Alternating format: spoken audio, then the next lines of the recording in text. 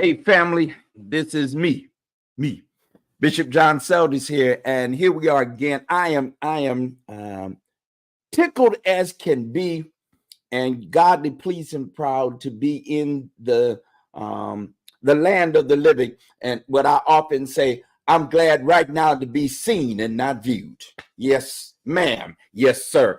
And here again to do what it is we do on Monday nights. And thank you all again, those of you who support us more Monday CT, those of you who are across the region and across this country, and in fact across the world, who chime in week after week to hear me chop it up, talk to, and spend some time with some of my friends, some of the smartest, realest, most committed folk I've ever. Well, I don't know any of that is actually the truth, but some of the folk I think are some fascinating folk, and I get a chance to talk to them about the wide range of stuff that I think is important, and we call it relevant conversations with me, your host, Bishop John Seldis. And tonight it's going to be a live one once more and again.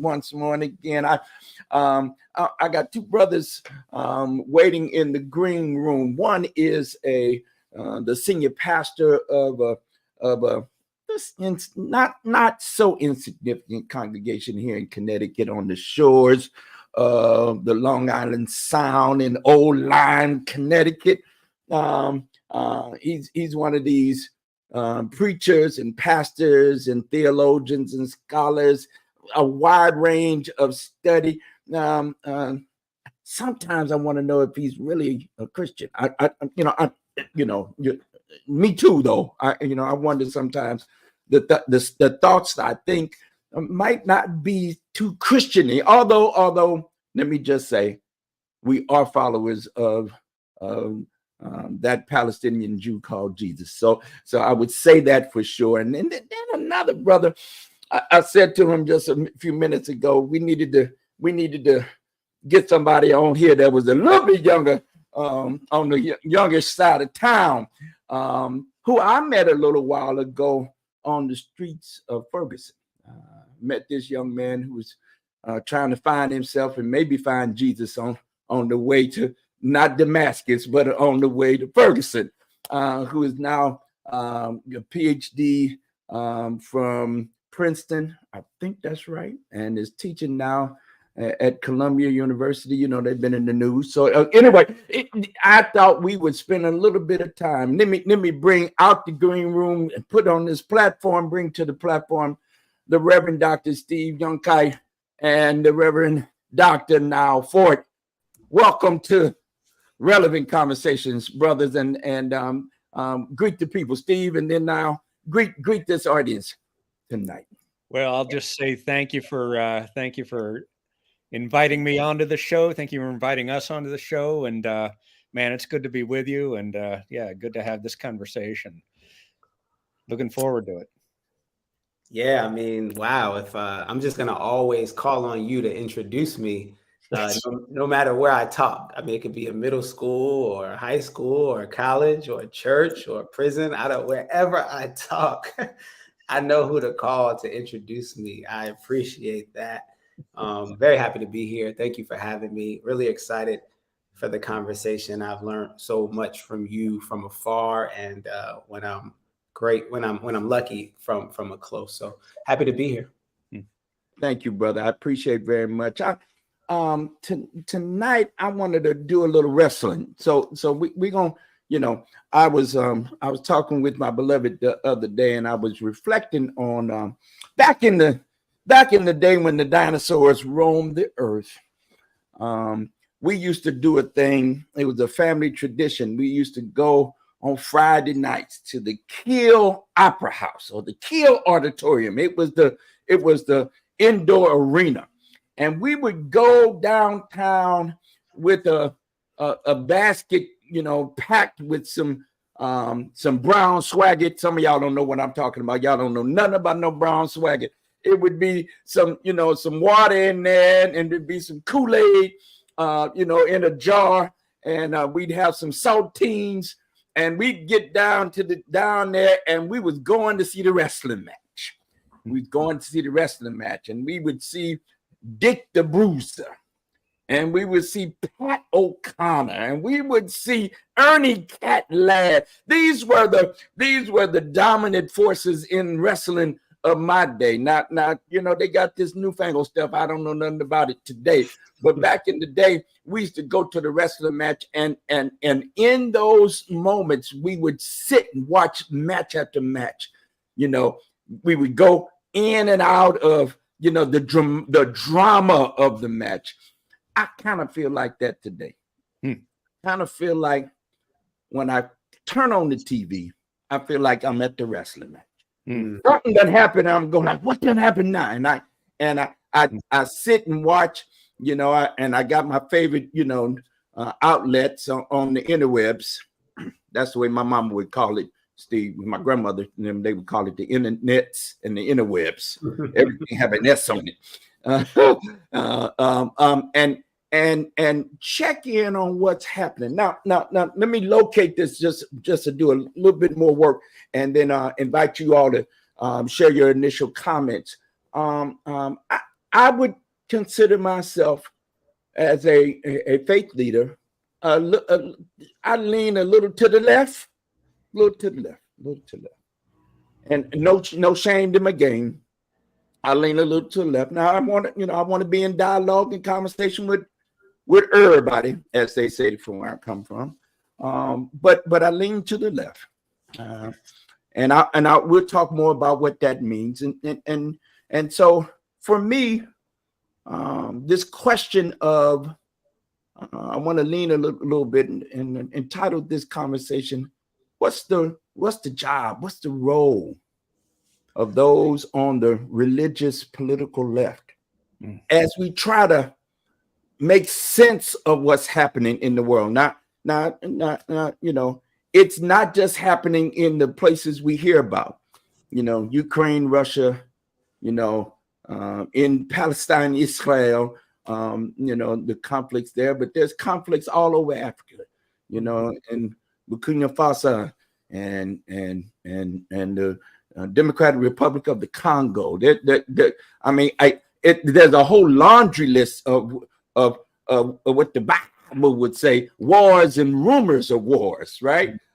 We still have a presence in Southeast Asian. Afghanistan ain't out the woods yet. I'm fascinated with what's going on between with India and Pakistan and what's going on there, and the warrings and the strivings. And okay, can we talk about the United States of America? It ain't as if we just some bastion of peace and tranquility.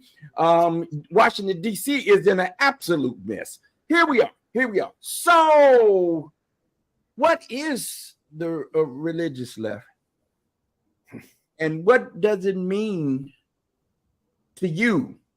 All right, and how does your theology inform the way you see, political and or religious life here in the United States, as we consider what that looks like in the context of the world? Steve, let me ask you that. I know I set it up, and it's kind of, I'm gonna be all over the place. Y'all just gonna have to catch on and grab hold to something and come on. Oh Lordy, yeah. How do I tackle this? Nyle, you want to go first? Oh, no. I'm gonna respect my elders, even though y'all ain't that much older. I'm gonna respect my elders. Well, listen, yeah, John. I mean, yeah, the laundry list of things to attend to, conflicts to be aware of, geographies to know something about, histories to grapple with. I mean, I think is almost too much for any one person to do adequately or well. And so probably while we're aware of many of these things, we're going to have to zero in and concentrate on several of them. I just know that's how I function as a human being. I have to I have to drill down on one or two or three, maybe four if I'm lucky. But then bring to bear on that, all the stuff that you mentioned, like with this liberal and sometimes liberationist theological tradition that I have been privileged to be exposed to in my years of education. So reading that stuff, not only through the lens of the Bible, but reading it through the lens of the Latin American liberation theologians, the great Black theologians in this country, some of the liberal theologians that I studied as a doctoral student. But then also the critical theory that I think people of faith on the left need to know about. We need to be reading our Marx. We need to be reading our Frantz Fanon. We need to be reading all of this stuff that I don't know, a lot of folks want to neglect, but especially in the churches, I think I feel called to have a kind of mediational role, to bring that stuff to folks who may not otherwise be exposed to it. Anyway, that's a part of what it means. That's a part of what it means to be, for me to be a minister with liberal leftist convictions. It means a whole lot of other stuff too, but I'll stop there and let Nyle jump in. I believe a lot of what you said. I echo a lot of what you said, Pastor Stephen and Bishop Selders. I actually think we need to start with what you are embodying, Bishop Selders, with a little bit of funk. Before I went to Morehouse, the illustrious Morehouse College, and was blessed to study under Eddie Glaude at Princeton University, and had the privilege to stand in classrooms with undergraduate students at Columbia University. Before all of that, I was at Pentecostal Church of Christ on Sussex Avenue in Newark, New Jersey, as a 5-6-year-old Black kid, pretending to pray when I was actually asleep. And somebody would tap me on the back of the side of the head and say, "I know you're not praying. I know you're sleeping. Wake up. There's something important happening behind that pulpit." And they would give me little peppermints to sweeten my breath. They would give me a few dollars to go to the Chinese food store on the corner. This is before the vegan movement and green movement. We were getting fried chicken, not fried chicken, fried chicken, a lot of hot sauce and ketchup. And these Black people did not have, looking back, the kind of theological language and in certain ways theological stances that I've taken on as I became an activist, as I became a scholar. But I start here because there was something about that heart and something about that spirit, the qualitative texture of being in that small Pentecostal church. This is not rhetorical flourish. I mean what I'm saying. There's something about being in that small, sweaty, noisy space with a group of people who were sincere, even if they were not always correct, who had a heart for people. Yeah. I think that there's something about being a part of the religious left, which requires us to lead with the heart, to take the I mean, when I was at seminary, I did not like being at seminary because I thought we were so strange. I just was like, why am I in a classroom confessing, hearing somebody confess, their personal belief in a God? I'm here to study. And then I went on to a PhD program and I said, I miss seminary. And what I actually missed about seminary was that confessional component, that ability to plumb the depth of our own soul and be honest about what we care about, to be real about what we might not know. And so I just want to start there, that there is a funkiness, a spirit, a kind of qualitative texture that I think people on the religious left should embody in whatever your different contexts might be. That might take the quietude of a Quaker, or it might take the speaking in tongues of a Pentecostal, or it might take a Baptist preacher's 3 points in a sermon, whatever kind of flavor, even the beautiful way that Pastor Steve opens up, his comments. I think that does something to the soul of a person that matters a lot. And I think that tradition matters a lot. So in addition to that kind of spiritual movement in the way that we move in the world, I think there's a moral clarity. And this is extremely important. It's also what I learned in Sunday school. There is a clarity that we, despite whether it's popular or not, and this is on the so-called left or the so-called right, that we have a moral clarity that all of life is precious. And I've learned to include the earth in that, and not just every human life, but the entire earth. There's a moral clarity that all of life is precious, and that our responsibility is to defend, to affirm, and to expand the beauty of that life. And so I think that moral clarity puts us in a very different political situation than those who are just fighting over which flag to put in the ground. We're not fighting over flags. We're not fighting over nation states. Beneath this fight, whether it's in Israel and Palestine, or whether it's in Kashmir between Pakistan and India, or whether it's in Brazil, wherever we find, in Haiti, or in Puerto Rico, or wherever we find ourselves, we are fighting against principalities and powers that have to do with justice and injustice, not a nation state versus another nation state. So I think that kind of moral clarity is extremely important. And then, of course, for me, at least, what that leads to is a political clarity. That the moral clarity of saying, what does it mean to defend, to affirm, and to expand all of the beauty of life means to love our neighbor. And what it means to love our neighbor is to know how to do that in tangible ways. We can't love our neighbor if we don't know what they're going through.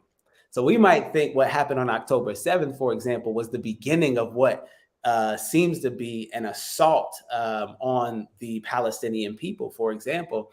But I've learned through comrades, through political education, that is actually a part of a much broader, over 100-year history, as Rashid Halidi talks about in his new book.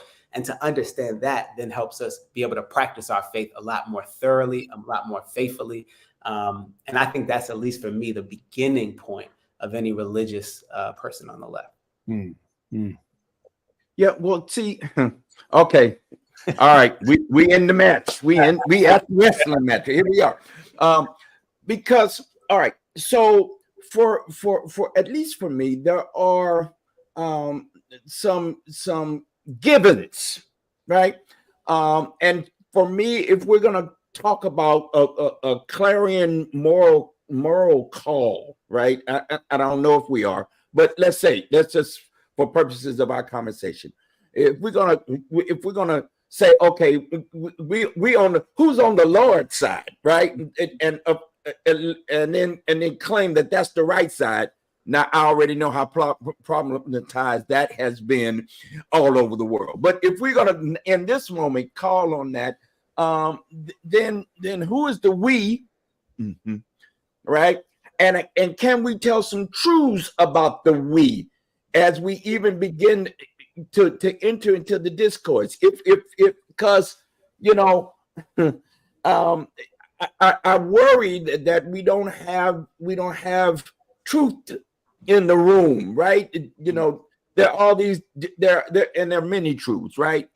So I'm not trying to be absolutist about it, but for me, right is right and wrong is wrong. And there's some things that are right and some things that are wrong. And they don't, it's not blended, right? You touch a hot stove, you're going to get burnt. And you can believe mom and them when they say, baby, you stay away from that stove, it's hot.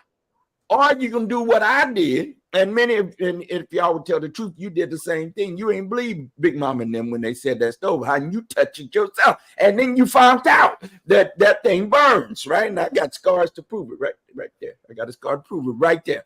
And then now I can witness to that truth. What I find difficult is we 400-500 years in this country, we still can't tell the truth around race. We still can't tell the truth and really be honest around. There were some people that were stolen from a nation, come here, and the whole story that the enslavement period has gifted us, and yet we have one presidential candidate that wants to say, yeah, y'all had it better.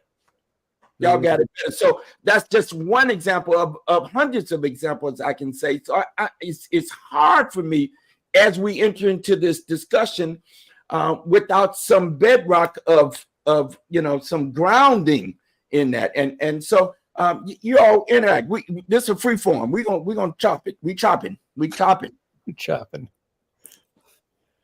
Well, yeah, I'll jump in really, really quickly. I mean, this is one of the most difficult and most frustrating things about leading a faith community right now, is that, for all of the ways in which I would like to believe and trust that we're all on the same page theologically, many of us are looking at very, very different sources and reading and interpreting those sources very, very differently. And that obviously includes the media, that includes what news sources we're accessing, but it includes basic things about how we read our sacred texts, how we read the scriptures. And for me, it's really, really essential to come back and be grounded in some of the most, I think, essential texts of the Christian tradition, which disclose to us who I believe Jesus is, who I believe God is revealed to be, such as, in Luke chapter 1, when Jesus unrolls the scroll in the temple and in the synagogue, rather, and announces what kind of ministry he's going to have.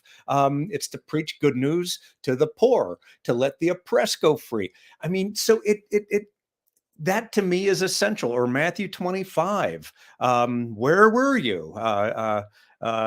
You didn't come to see me when I was in prison. You didn't come to see me when I was hungry. You didn't come to see me when I was naked.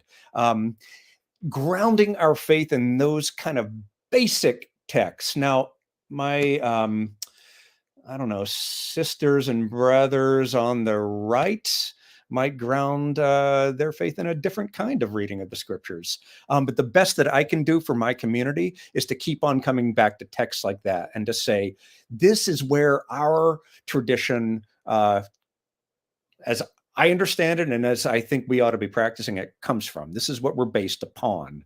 And to read based on that, based on those strong sources. It's not to say there aren't other readings, there aren't other possibilities for understanding God, but that's where I ground it. So I don't know, Nyle, I'll let you take it from there. I think you're exactly right. And part of what I hear you saying is that there are different traditions within our tradition. Of course. If we want to call this the Christian tradition, which is a debate over what it means to be Christian, just broadly concede, then we know that there are various different traditions within that tradition that are always debating and combating what it means or what's the best version of that identity. Right. And so Bishop Selders, what's interesting is I actually think the answer to your question or your statement is what you said first, who is the we, and then we don't tell the truth. Well, I think already within those two statements is the answer, which is Well, there are some of us who did tell the truth, and some of us stand in that tradition, even with all of our flaws and shortcomings. And so, we can talk about David Walker, who in 1829 wrote his appeal, and went so far as to say, not only, went so far to say that Christians, Black Christians would be sinning for not resisting white supremacy and chattel slavery. That's a radical thing to say as a Christian. Or you think about someone like Nat Turner, who of course was an itinerant preacher who got visions from God that inspired him to fight against the system of chattel slavery. You have people like Anna Julia Cooper, voices from the South who are telling the truth from the cauldron of the racial dominating system of the American South and the American Empire.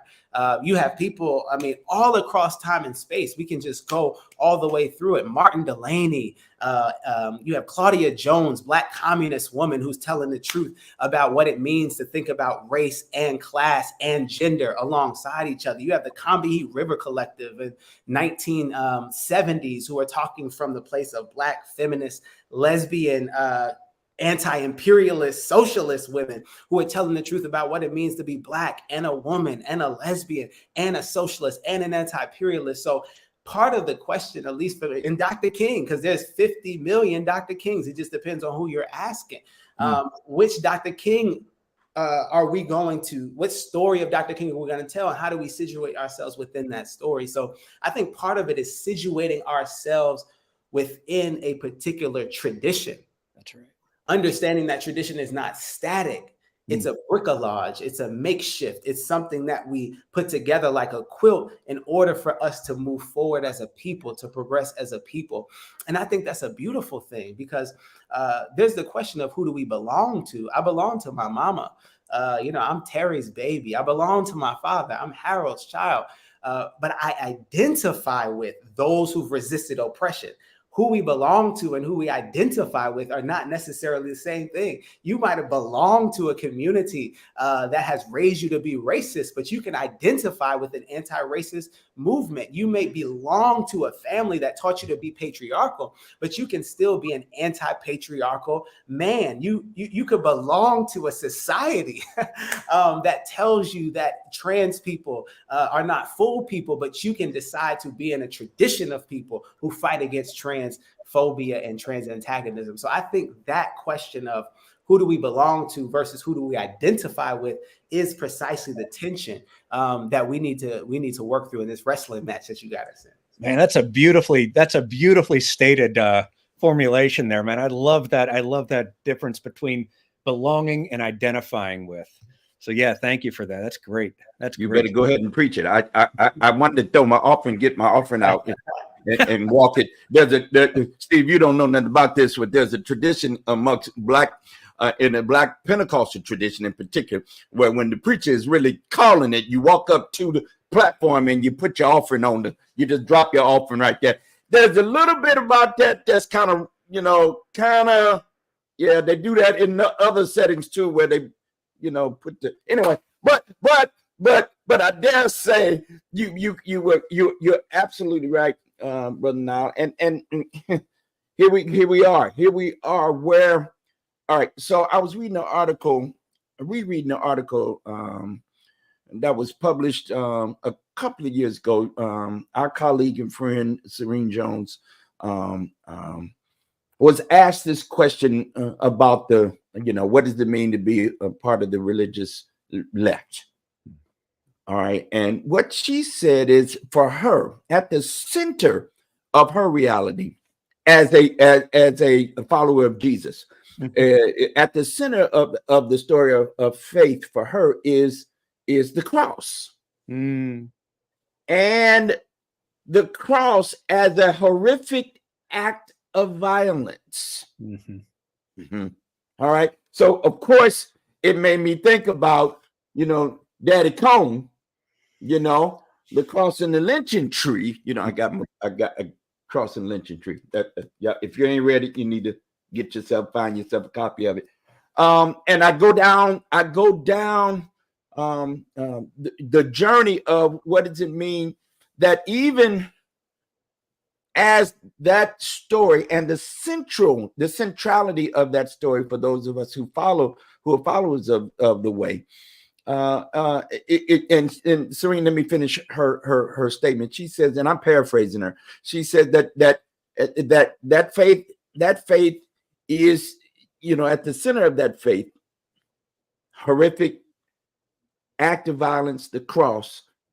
We got to have the strength to be present to the violence, and absolutely know that God is present with us. And of course, for me, that that harkens us back to the Psalm of David. Yea, though I walk through the valley of the shadow of death, don't have to fear evil, for rod and staff are with us. And I understand when I say that, the courage it takes in all kinds of ways to make that walk through the valley when there's all kinds of things to fear, right? There's all kinds of things to be concerned about, and ultimately there is the risking of it all, for the sake of what it is that we say we hold dearest to us.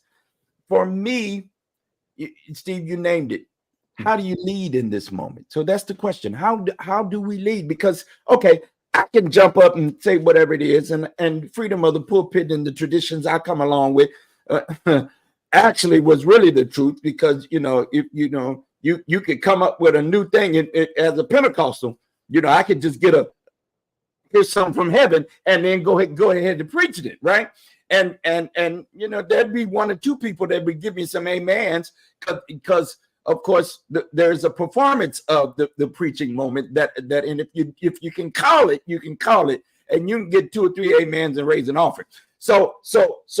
But after that, what does it mean to lead folk and to help people understand that our faithfulness has something to do with not just me and mine, but the community, that we are in the throes of having to do this, not individually, which is a new thing seemingly here in a westernized context, right? And especially in New England, in the Northeast, and on this East Coast, it's individualism as it has run amok. And yet we got to hold on to that. We are our brothers and sisters keepers. We are one together. Dr. King said it best. I couldn't sit at home and having moved from Alabama back to Atlanta and then get an invitation to come to Birmingham and say, no, I can't do it because y'all got to deal with that thing in Birmingham. It's where we get that quote, injustice anywhere is a threat to justice everywhere, from King's letter from a Birmingham jail, which is my 5th gospel, quite frankly. So how do we lead? This moment in my mind at least calls for some of us to have to lead. We got to lead, which means we may have to go out there and be on that limb and blowing in the wind. John, there's a lot in there, man. You covered the cross. You covered my academic advisor in grad school. You covered this notion of community. Man, oh man, there's a lot of stuff in there. So let me figure out where to drop down. Let me just say the first thing that came to mind as you were talking, which is the way Hannah Arendt ends her book, The Origins of Totalitarianism. She ends it in a really, really surprising place. She ends it by quoting Genesis chapter 3, where the writer of Genesis says, "It is not good for human beings to be alone." And what she seems to be saying by quoting that passage is that it is the experience of loneliness and isolation and atomization, which is at the root of fascism and totalitarianism. It's loneliness that makes us susceptible to those kinds of systems.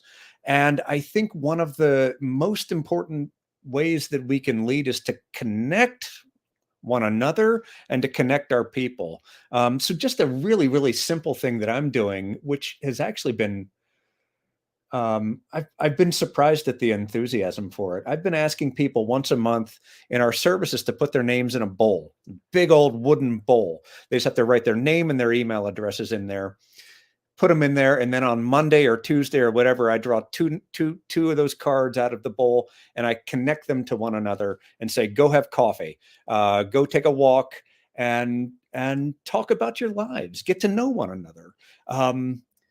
It seems simple. It seems maybe frivolous almost, but it's not. I think it's a way of kind of pushing back against that loneliness and isolation, which makes us susceptible to some really, really dangerous things. Now, let me also go back to the way you led off your question, which had to do with the cross.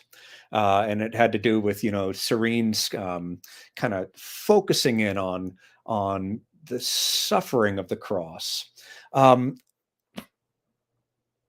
Being a good student, I would say, yeah, I think I follow Serene in that. I think that anchors my understanding of God as well. And in this particular moment, to have the courage to linger with suffering, to be in this moment of suffering, and to enter it as a leader and as people of faith, I think that's where we need to be. It's painful, it's hard, I'm scared of it, I'm reluctant to do it, but nevertheless, the good news of the gospel, as I understand it, is in that moment of the cross, which is that somehow and in some way, God covenants to be with human beings in the mess, in the very depths of human existence. And if I hope to encounter God, I'm going to need to be able and willing to go into those depths as well. So anyway, I think that's a part of what we're all called to do in this moment. And there's more to say, but I'll stop there. Thank you, Pastor Steve. You have me thinking about so much. And big shout out to Daddy Cone and the cross and the lynching tree in particular. Mm-hmm. That was the text alongside Black Power. Is it Black Theology and Black Power? I always get them mixed up. That really transformed me, introduced me to the tradition of Black liberation theology, and then therefore other liberation theologies. I have a wide range of thoughts, so I'm going to try my best to organize them. I think about loneliness a lot. I have a lot of men in my family. Matter of fact, growing up, I didn't know that a lot of the men in my life were lonely. And as I've gotten older, I like to use the word aging. Hopefully I never get old, but I'm aging. As I age, I now can see the intimacy of watching men in my life become more and more lonely as we get older. And I think part of what brings to mind is that there are these forces. So I've been thinking about loneliness, and that's one. And in my particular generation, but I actually think it's widespread, is we have this attention economy where people are paid billions of dollars. Companies make billions of dollars to keep our attention. Yes. All right. So I'm gonna try to walk through this. We have this culture of loneliness, and we have this attention economy that makes billions of dollars through algorithms that keep our attention. Mary Oliver, a poet who I love, has this little line that says, "Attention is the beginning of devotion." Yes. And when I read that, I thought of all this research I've been doing on the attention economy and how it deforms our spiritual lives. Yes. And I begin to think how social media and the internet and big tech companies have exploited a spiritual void that exists in our society, that daily deforms and devalues the best parts of who we are. And so it breeds on and capitalizes on our loneliness. And so the best we can do is live lives on our screens, whether it be on our computer screen or our phone screen. And of course, it has really, really deleterious effects on young people in particular. I think what spiritual communities can do in this moment is not embrace this sort of culture of big tech. Yeah, we got to use it. Yeah, we got to be on Zoom. Yeah, we got to become new age. But we have to be careful to hold on. And this is me being, I guess, a little old school, actually, to hold on to some of the things that I think have made the best of our tradition, which is precisely building beloved community in ways that allow for us to come outside of our individualism. Yes. And there's a particular era that we're in right now that presents certain challenges to do that.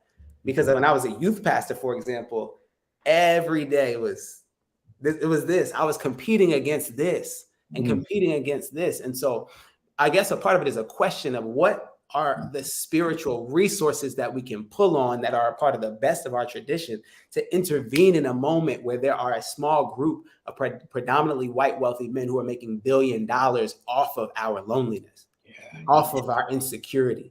And I don't think this is just an economic question or a political question. I think it's a spiritual question, because it's really a question of what kind of people do we want to be in the world?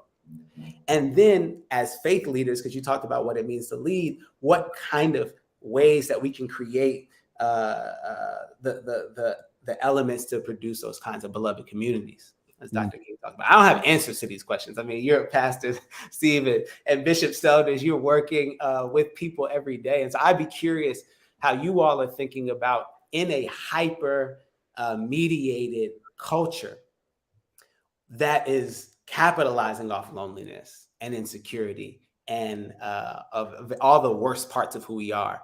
How do you all thinking about building spiritual community, and what ways does spiritual leadership factor into that? I didn't mean to ask a question to your question, but I got gone with your bad self. That's just what you did. And I'm gonna jump in and say, I think we're doing part of that right now, using this technology, right? And forging opportunities for us to be together.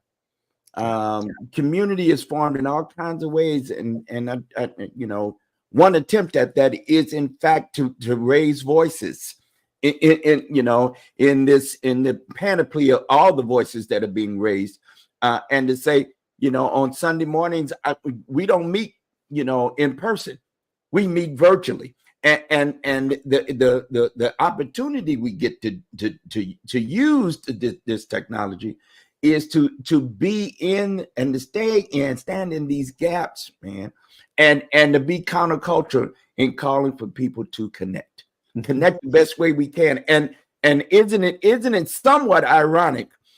We're some of the loneliest people we could ever be, ever in all of human, you know, time, right? While we have the expanse of access forever. I mean, I'm in fairly regular conversation with folk all over the world in real time. And a friend of mine said this. I reached out to them when the war began in Palestine, Israel, and I said, "Are you okay?" Their response was, I'm not okay. I'm alive."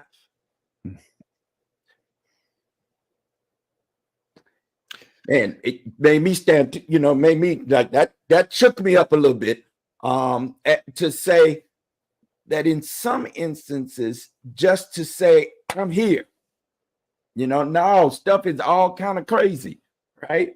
But one, thanks for checking on me. You know, even if I didn't say thank you, I'm responding because I'm responding out of the connection that we have, right? So for me, it's taking moments to be countercultural. Yeah. No, I appreciate you saying that. You know, for all of the ways I think, technology distracts or pulls us away from one another, it connects us. We're having this connective moment right now, and you were able to have that moment with your connection. And it sounds like what, Palestine? This person was in Palestine, but but anyway, yeah. So we have these connective threads through technology, and I don't want to give that up. I mean, God, Zoom kept us going during the pandemic. It's what allowed us to have community in the first place. So I think we can use it to really positive effect. Nevertheless, I do think it's necessary to push ourselves into some kind of bodily contact as often as we can. It's not to say that we can always do that. We can't. But as often as we can, I don't know. I crave it. I crave face-to-face contact. I crave conversation. I crave anyway. So there are ways in which it connects us, but I crave the incarnational aspect of what it is to be embodied. And this is embodied too, but it's embodied in a different way. Does that make sense? I don't know. Absolutely. And I think you're both right. And I want to try to be as clear as possible. I kind of take social media to be like plastic. So let's give the context of by what I mean is like bottled water. Let's talk about bottled water. So water, we all need to live. Water is our connection, is our affirmation, is our intimacy, community. And what these companies do is they bottle it up and sell it back to us. Mm-hmm. And so I'm curious about what does this look like outside of the corruptive forces of capitalism that is actually designed to do exactly your question, which is to keep us lonely and insecure. So I don't want to keep us on this point, but I think what's beautiful about what you're doing, Bishop Selders, and then also what you're doing, Pastor Steve, and taking the names and information out of the buckets is to use this to also build community offline. So there's an online to offline pipeline where we can take advantage of the best of this kind of technology, but not stay there, so that we can go from the virtual to the incarnational. And I think that's the beauty of this conversation. Right. What and that's the joy, the blessing, and the curse, right? Because we can in a very it's a thin line. We can be very, very social and very, very distant. And can I say this, and the folk who are listening now won't get mad at me? You know, the anonymity and the distance, you can get mean on these social media streets, right? And say stuff that you would not dare say if you're standing in front of me. Because I think one part of that is, you know, I might have the reaction that you think I might have if you say something stupid. So, you know, right. So I would say it's an and in both. And yet for me, let's contest the space. You know, on your campus, it's right now red hot contested space, right? In other places in you know, around this country, there are conversations and mediations and people trying to find each other and find their folk, find their people.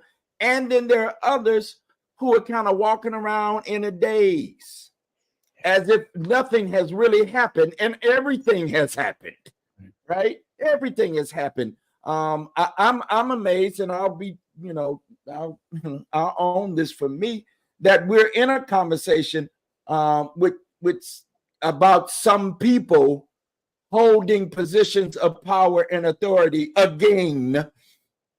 And I can't absolutely, didn't you see him coming the first time, and the second time we gonna give him another time? And that's my opinion. And yet I also, because I'm from the Midwest, I know Bubba and them out in the Midwest. I do. I know, and I got some folk in my own family who talking, and I'll be like, woo. And to even engage, we get into it. And so then I have to say, okay, I'm gonna just, you know, we're gonna remain family, and you know, I'm gonna be like the Bible. try to find peace with all men and women, all humankind. I'm gonna just try to find, and if not saying nothing will keep some peace, then I won't say nothing this time. You know what I mean? So yeah. Huh? No, sometimes it's what we do. I don't know. Yeah. And in congregations, as you know, we got it. Sometimes we have to do the dance. There's some things. Now, I'm now one of those traditions is freedom of the pulpit. So I get a chance to say, and hold forth at least once a week, and say what it is I believe that's on my heart to say that may come from straight from the throne room. I hope, and I pray, and sometimes I miss it a little bit, and it's just straight from my own throne room. But other times, I feel like I'm the conduit and the vessel, and then what I also like about what it is that we're doing these days, then let's talk about it.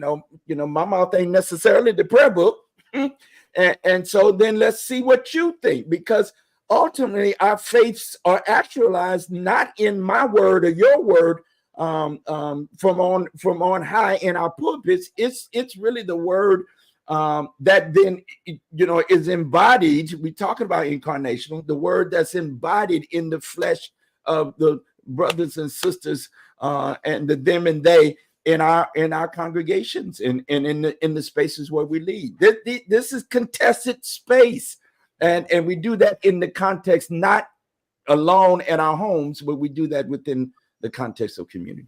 Yeah. Well, I'm reminded of this famous T.S. Eliot quote. It's something to the effect of, we can sit and drink and have our ices, or push the conversation to its crisis. And I really, really like that that moment. It's from this poem, "The Love Song of J. Alfred Prufrock," and it's about this person who can never quite engage. He's the quintessentially alienated human being. He just stands at the edge of a crowd, at the edge of a scene, and can never quite engage or name what exactly is on his mind or say what it is that he believes. And so I love that. That invitation in that line. We can sit and drink and have our ices, or push the conversation to its crisis. And I think we can have really surface, shallowy conversations one-on-one when we're before somebody flesh and blood, and we can do it online as well, or we can have really meaningful, soulful, heartfelt conversations online, or with flesh and blood people as well. Now, having said that, I don't know that I always need to have push a conversation to a crisis every time I'm in a conversation. There are moments where you just kind of go, I don't need that crisis in my life right now. So it's picking the kind of crisis that you want to provoke. And it's also, when it comes down to preaching, it's about like knowing what battles to pick and knowing how to keep people listening to you. If you provoke a crisis every single time you get in the pulpit, or at least if I do, well, I think people are going to start tuning me out. And so it's figuring out the right combination of stuff so that you can push when you need to push, but then also give people a little space to go, okay, I can be here a little bit, and then you can push a little bit more. And then, yeah, it's a delicate dance, and I can't always figure out the way to, I don't always know the right steps to maneuver around that one. And I'm figuring it out every last Sunday. But anyway, yeah. Y'all, yeah, if I can say real quick, y'all got me going. There's a book by Terrence Johnson called We Testify with Our Lives. Oh. And as I was listening to you both speak, I was thinking about how I imagine that the biggest and best testimonies, albeit flawed, of y'all's life and my life is how we live. And so as ministers of the word, as people who can flip words together and who can read texts and tell stories and inspire people with what God has put in our mouths. At the end of the day, I think the greatest argument we can make is what we do when we get out of the pulpit and how that reflects what we say on panels, what we say in the pulpit, what we say in our classrooms. And I think that kind of life lived necessarily throws the world in crisis, because the world, unfortunately, is built on so much injustice, so much unnecessary suffering, so much oppression. So when we stand up and try, just try, even when we fail, and I know I fail every day, try to do what's right, it automatically throws things into a crisis. Even if we are not interpersonally arguing with our uncle, our very day-to-day living is going to throw the world in a crisis. And I think that is so important. I've been thinking so much about Dr. King. You know, we talk so much about Dr. King, you know, August 28th, 1963, 250,000 people standing in front of Lincoln's statue, telling the world that he has a dream. Conservative legislators quote, you know, we should judge people by the content of their character, not by the color of their skin, to argue against the very things that Dr. King fought for, including affirmative action. But it was on April 4th, 1967, that he stood not far from where I'm sitting right now at the Riverside Church and spoke out against the Vietnam War. Yeah. And that truth caused the country to go into a crisis. The man that was so beloved and so dear to the establishment became, according to the FBI, the most dangerous man in America, because he was willing to tell the truth despite the fact that he knew how unpopular it would make him. And he, in fact, died heartbroken and lonely, speaking about loneliness, because he dared to tell the truth. So going back to what does it mean to be on the religious left, going back to what it means to be a faith leader, I think it means being a servant. I think it means telling the truth. I think it means telling the truth when it's unpopular to do so, when you put your life out on the line, whether that's your career, whether that's your job, whether that's your physical life. I think that's what we're called to do. And so in this moment where we have a genocidal assault on a Palestinian people, on a very concrete level, and I'm so grateful for groups like Jewish Voice for Peace and If Not Now, anti-Zionist and anti-occupation Jewish groups, and thinking about people in the Christian tradition, Pastor Michael McBride and so many others, yourself, Bishop Seldes, who are speaking out against this, despite the fear that comes with that.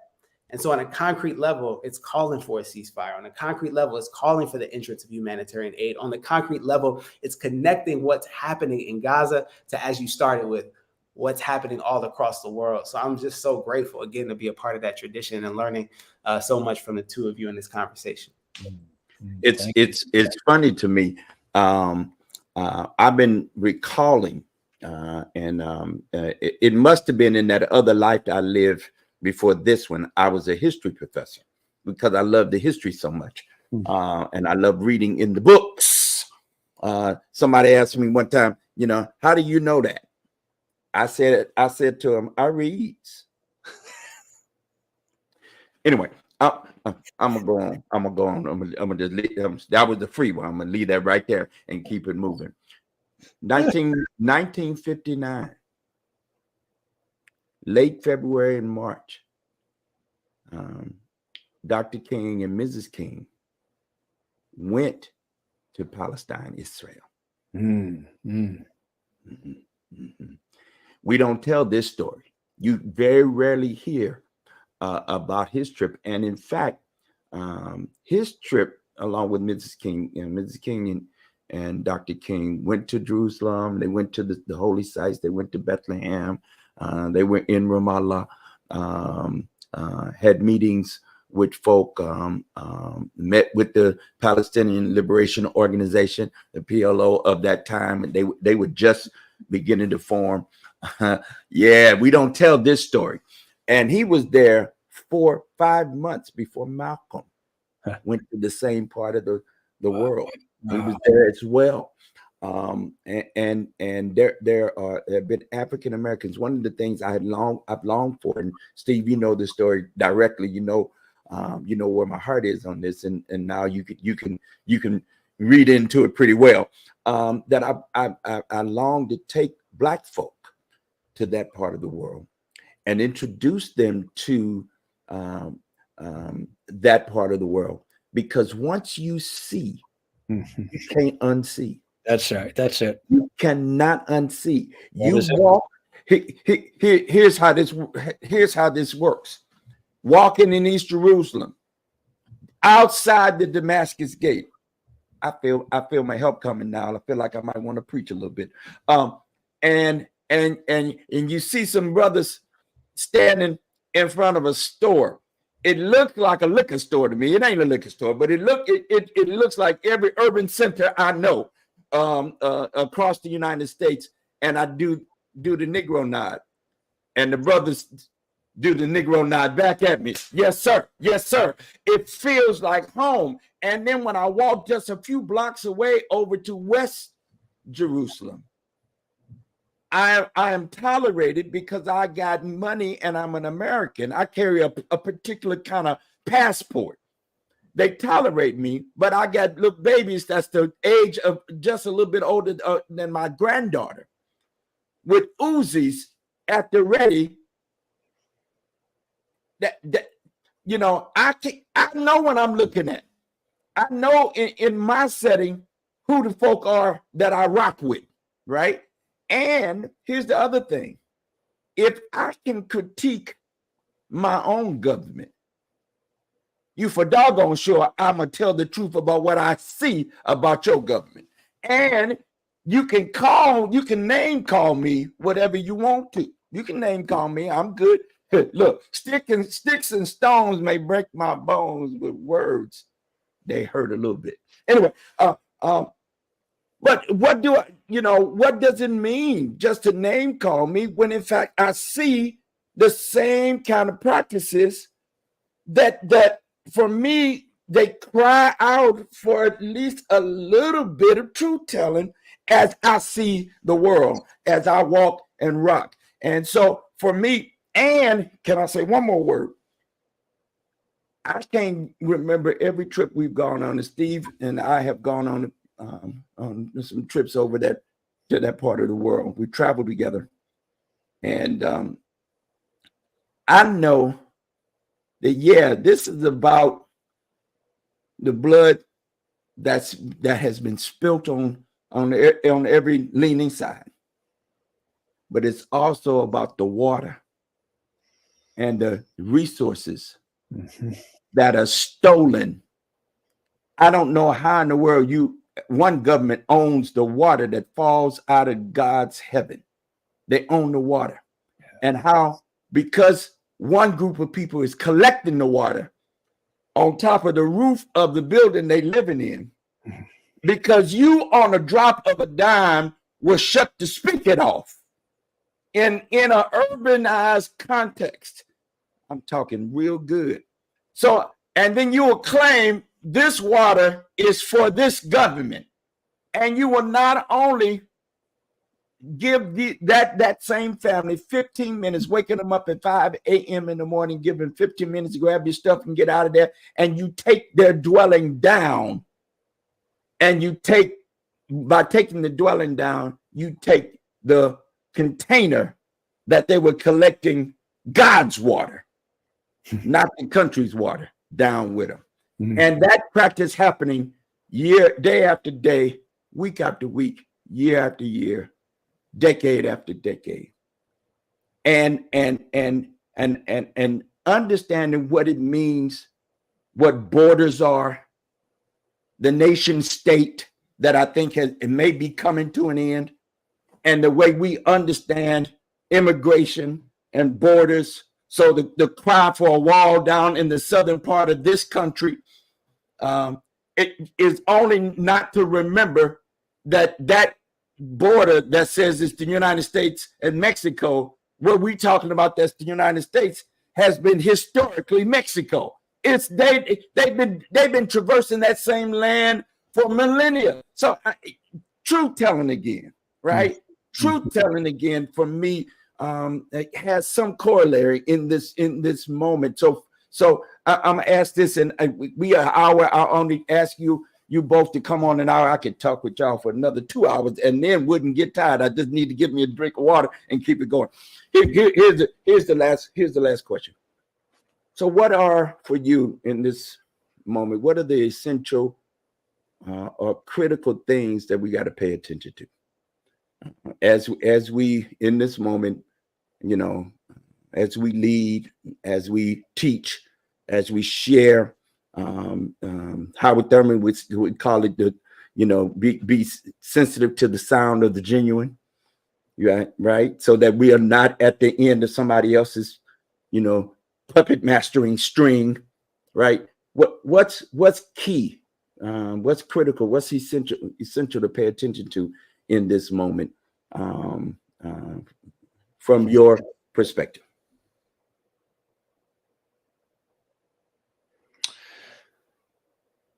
Nell, do you want to go first this time, or I'm happy to jump in and I'll say something. But all right.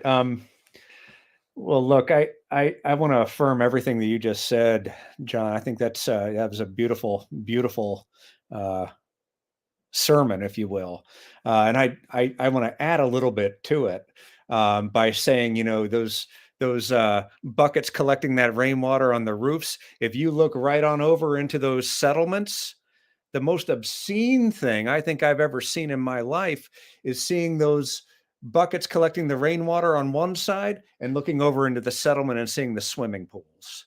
That's one of the most obscene, awful, disgusting things I've maybe ever seen. And the sprinklers that are going with the lush green grass and plant life. Yes. All that.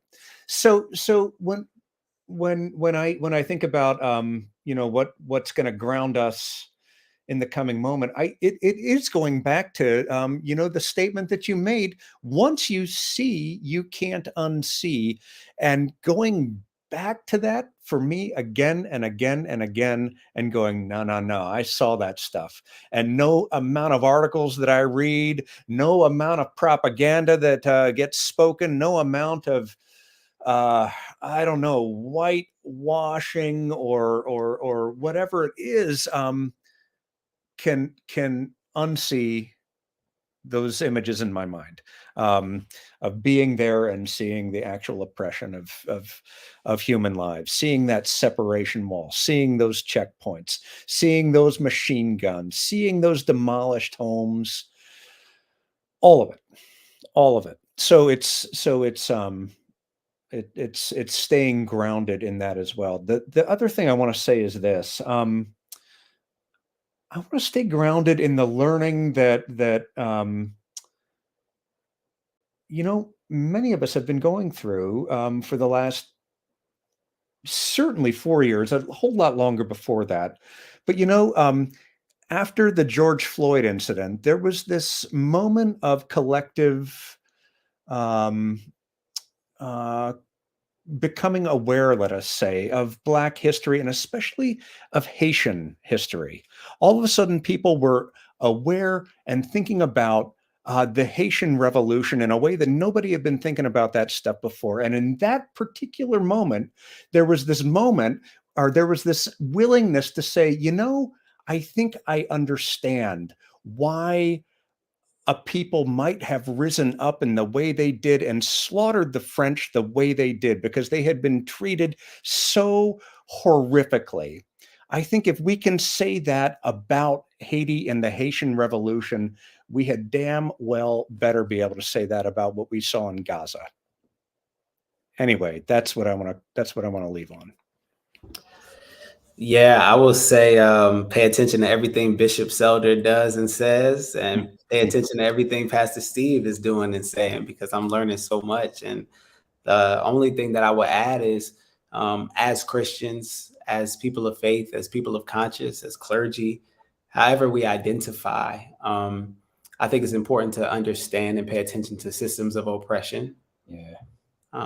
No matter where they are. In our backyard, down the street, in our country, in another country. Of course, we can use the example that is most in the media and pressing right now. The fact that our government, the United States government, funds the state of Israel to the tune of about $3.8 billion a year, almost $10 million a day. That's our tax dollars. Of course, we need to be paying attention to what's happening in terms of a country that has over 800 military bases.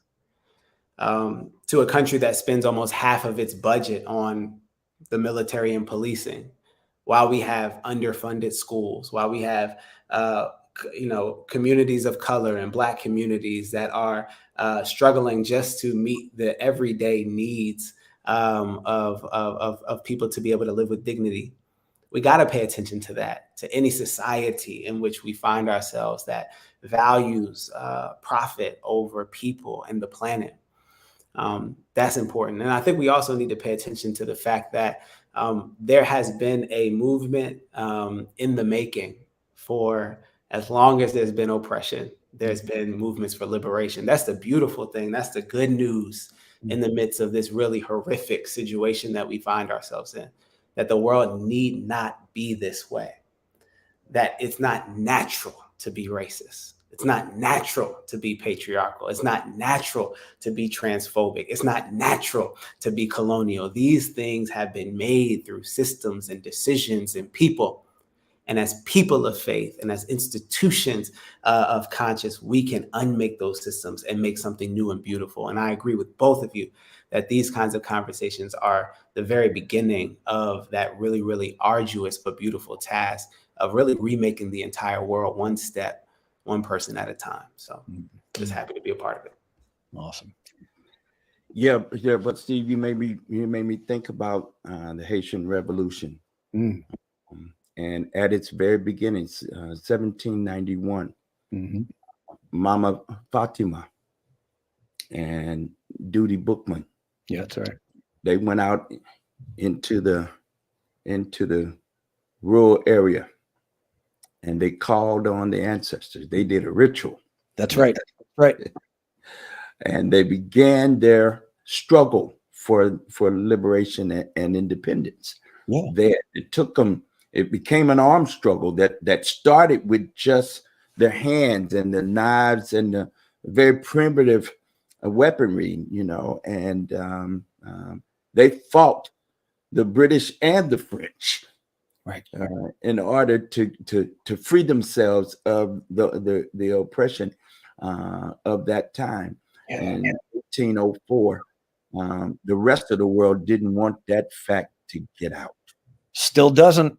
Yeah, and so for me, the fight, the struggle starts in the spirit. It's a spiritual struggle. For the weapons of our warfare are not carnal, but they're mighty through God to the pulling down of stronghold. I told you I felt that spirit of preaching on me. It is a spiritual struggle, and so for me.